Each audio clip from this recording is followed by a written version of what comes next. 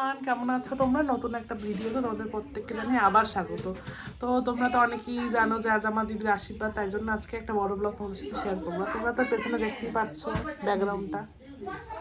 তো চলো এখন বাইরের ডেকোরেশনটা চলো তোমাদের সাথে শেয়ার করি। আমার গোপালকে একটু তোমরা দর্শন করো, খুব সুন্দর করে সাজিয়েছি আজকে ওকে। প্রসাদ টসাদ দিয়ে দিয়েছি আর এখানে নিত্য দেবদেবী। তো চলো এখন বাইরের ডেকোরেশনটা দেখাই তোমাদের। যেটা হচ্ছে আমার দিদির ডেকোরেশন, দেখতেই পাচ্ছ কালকে রাত্রে করেছিল, আর যে পুরোপুরি প্যান্ডেলটা করেছে। তো চলো আরো কিছু কাজ বাকি আছে, যে চেয়ারগুলো এখন সব লাইন দিয়ে দিয়ে বসাবে।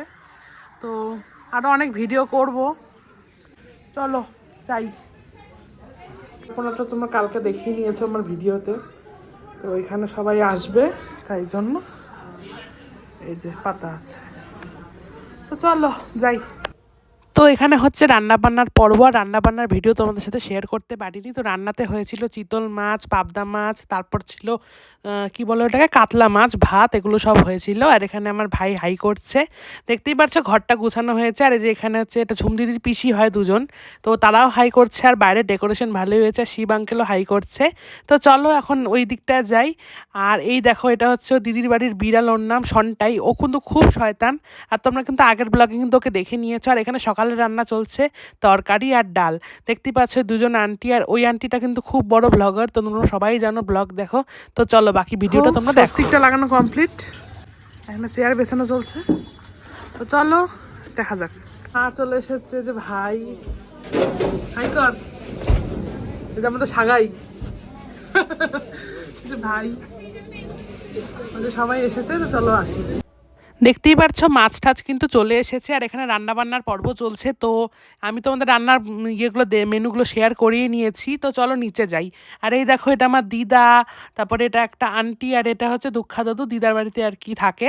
তো চলো ওখানে আমার মাসি শুয়ে আছে, আর এটা সকালে খাওয়ার খাচ্ছি। তো বাকি ভিডিওটা দেখতে থাকো। চলো এখন যাই, আরও আয়োজন হবে। আর আমাদের খাওয়া দাওয়া কিন্তু কমপ্লিট হয়ে গেছে, কারণ যেহেতু আশীর্বাদ দিতে সেই তো বিকেল হবে, তাই জন্য আগে আগে আমরা খেয়ে নিয়েছি। যাই হোক, তো চলো এখন দেখা যাক। দিদি আসলে তোমাদের দিদির লুকটা একবার দেখাবো। হচ্ছে আমার সাগাই, খাওয়া দাওয়া হচ্ছে, মা দাঁড়া আছে। চলো যাই। তো বন্ধুরা দেখতেই পাচ্ছ যে দাদা ভাই সবাই মিলে বেশ গল্প করছে, আর এখানে কিন্তু আমরা ভালোই আনন্দ করছিলাম। এই যে এটা হচ্ছে একটা আমার আন্টি, মানে তোমরা দেখেইছো আগের ব্লগে। তো যাই হোক, তা আমরা অনেক গল্প করছিলাম। আর এই যে দুঃখা দাদু হাই করলো, এখানে মা মাসি সবাই মিলে বেশ ভালোই গল্প শুরু করে দিয়েছে, কারণ জানোই তো এগুলো সব স্মৃতি হয়ে থাকবে। আর এটা হচ্ছে আমার বুলি দিদা। আর আমাকে কেমন লাগছে অবশ্যই কিন্তু কমেন্ট করো। আর চলো এখানে আমার একটা ভাই এসেছে, তার চুপি চুপি ব্লগ করছিলাম, সে কিন্তু দেখে খুব হাসাহাসি করছিল। তো চলো, আর এখানে কিন্তু প্রত্যেকেই কিন্তু প্রায় চলে এসেছে। আর এই যে এটা আমার একটা দিদা হয়, আর এই যে এটা আমার একটা মামি হয়। তো যে দিদাও চলে এসেছে, ওখানে দাদুও চলে এসেছে, ভাইও চলে এসেছে। আর এখানে আমি আশীর্বাদের একটা আয়োজন করে নিয়েছি, দেখতেই পাচ্ছ। তো বাকি ভিডিওটা তোমরা অবশ্যই দেখতে থাকো। আমি অল্প স্বল্প করে ডেকোরেশন করেছি, চলো। তো তোমরা দেখতেই পেলে আয়োজন। আর এখানে কিন্তু প্রচুর লোক গল্প করছে, এখানে আমার মা মাসি তারপর মামিরা প্রত্যেকে কিন্তু গল্প করছে। আর এখানে যে আমার কনের মা, তো যে বরপক্ষ চলে এসেছে। আর এই দেখতেই পাচ্ছ তত্ত্ব কিন্তু নিয়ে চলে এসেছে, মাছের তত্ত্ব আর অনেক কিছু নিয়ে এসেছে। তো ওই যেটা আমার দিদি, আর দিদিকে কেমন লাগছে অবশ্যই কিন্তু কমেন্ট করো। এই যে আমি আর আমার আরেকটা দিদি কিন্তু দেখে পুরো মুগ্ধ হয়ে গেছি। তো যাই হোক, এখানে কিন্তু দিদি চলছে একটু ফটোশ্যুট, একটু আর কি ফটো ঠটো। আর যে দিদিকে এখন মণ্ডপে নিয়ে যাওয়া হয়েছে, এখন দিদির আশীর্বাদ হবে।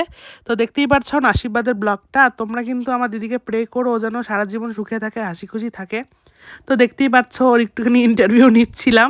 তো এগুলো আর আমি ভয়েসেই দিয়েছি, কারণ আর বেশি ব্লগ করতে পারিনি। তো তোমরা বাকি ভিডিওগুলো অবশ্যই দেখতে থাকো।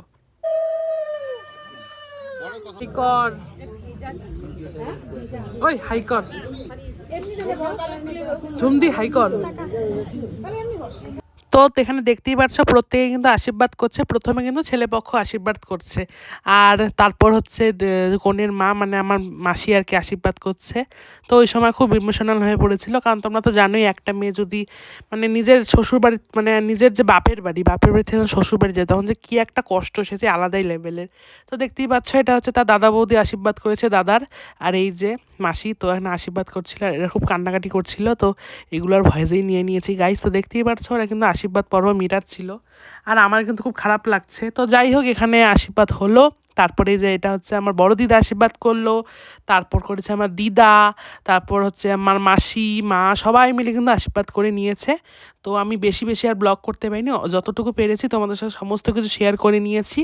এখানে আমার দিদা আশীর্বাদ করছে, আর প্রত্যেকেই কিন্তু প্রে করো যেন আমার দিদি খুব ভালো থাকে, সুস্থ থাকে, আর তার জন্য জীবনটা হাসি খুশি থাকে। আর টিপসি তো কি বদমাইশি করছে, এখানে আমি একটু দিদিকে মিষ্টি খাইয়ে দিচ্ছিলাম আর ছবি তুলছিলাম। তো চলো, আর এই দেখো খালি খালি প্লেট নিয়ে আসে।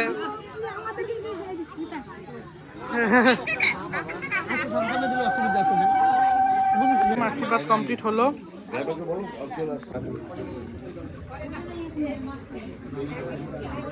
ছবি তোলার পর্ব চলছে এখানে, হচ্ছে কিন্তু ছবি তোলার পর্ব। আর তোমরা দেখতেই পারছো এগুলোই তো সব স্মৃতি হয়ে থাকবে না গাইস? এই যে আমি অনেক ছবি তুলে নিলাম দিদির সাথে, তো এগুলো সব যাতে স্মৃতি হয়ে থাকে তাই জন্য, আর এগুলো পরে তোমাদের সাথে শেয়ার করব।